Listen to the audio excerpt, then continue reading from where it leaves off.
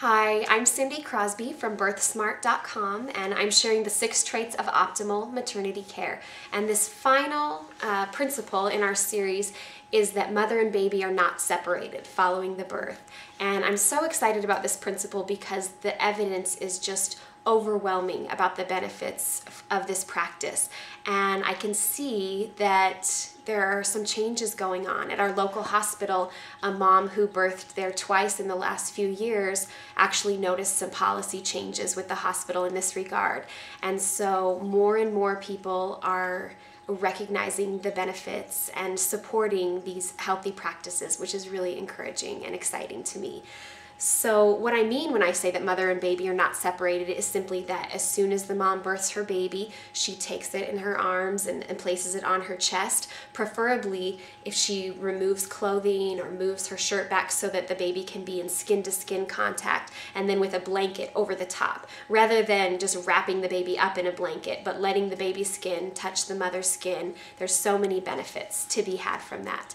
And the practice is actually called kangaroo care. You can Google that and you can learn all kinds of interesting things, but some of the benefits are the stabilization of the baby's heart rate and breathing, improved oxygen saturation levels, more success in establishing breastfeeding, improving immunity, and this is because of the baby's skin being colonized with the good bacteria from the mother's skin. If you immediately remove the baby to a foreign environment, then they will be colonized with whatever germs are in that environment.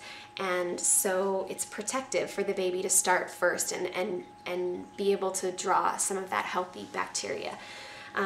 Another great benefit is the ability to stabilize body temperature. We have those warmers in hospitals where babies can lay in the little bed and have the lights over them that we see, but actually there was a study done that showed with babies having difficulty stabilizing their temperature, those who did kangaroo care were 90% were able to be stabilized after a short period of time, compared to only 60% in the warmers. And one added benefit of that is if the baby's temperature gets too high, the mother's body can actually absorb the heat. So it works both ways in bringing temperature up or helping to bring it down, depending on what the need is. So I think that's amazing and fascinating.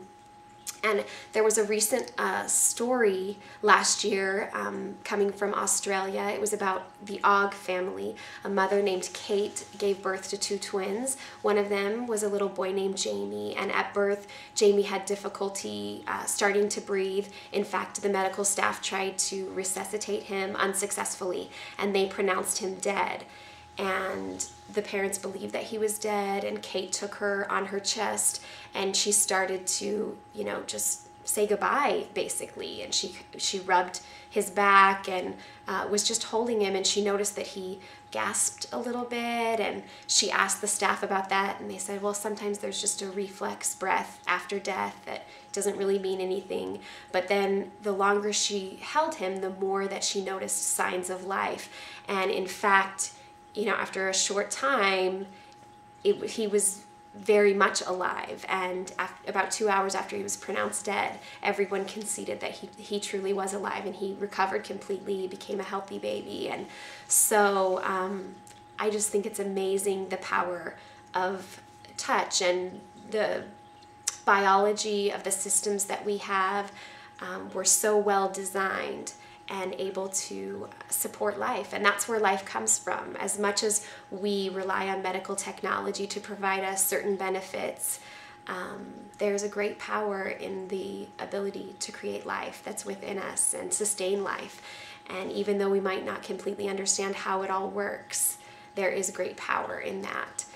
And so as whatever kind of birth experience you have, I would encourage you to try to have this skin-to-skin contact with your baby following birth.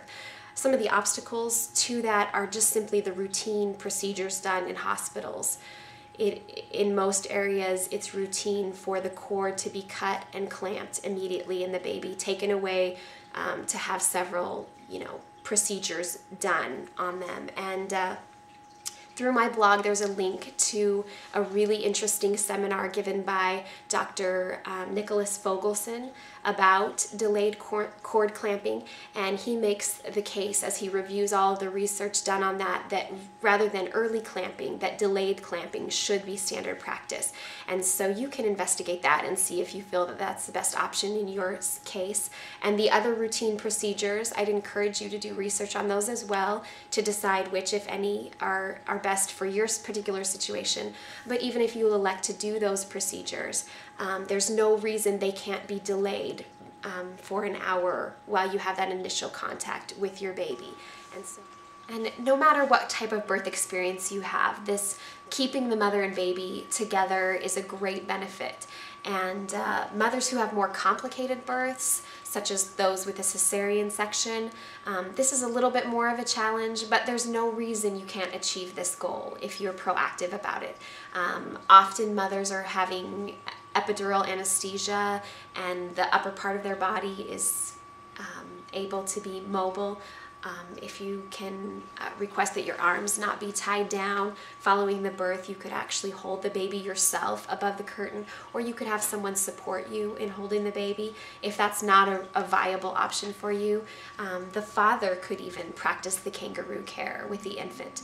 So I would just encourage you, no matter what situation you're in, to try to think about all the possible options and think outside the box and ask questions so that you can try to implement these principles into your birth, no matter which type of birth you have, and also just so that you can achieve that personalized care. And that's what's going to give you the best outcome, to do what's best for you in your unique situation and to get out of that sort of cookie cutter birth experience that so many women are experiencing.